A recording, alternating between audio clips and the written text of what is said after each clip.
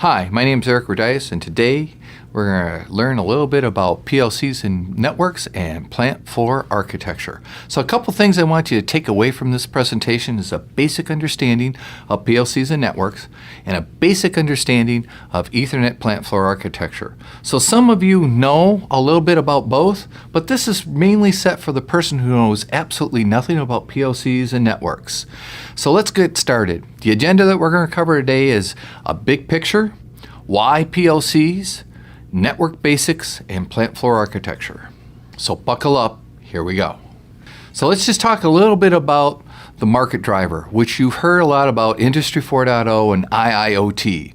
And what does it really mean? It means that we're really trying to create a smarter plant. And we're going to have cloud computing and big data, Factory 4.0, Industry 4.0. What does it really mean? We want to really have a smarter plant.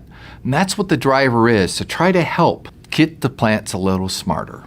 So Industry 4.0, Factory 4.0, what they're really talking about is this is the fourth industrial revolution. It started in the 18th century, was the first industrial revolution. The start of the 20th century was the second industrial revolution.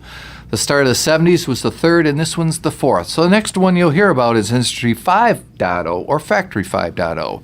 So now we're going to go into why PLCs.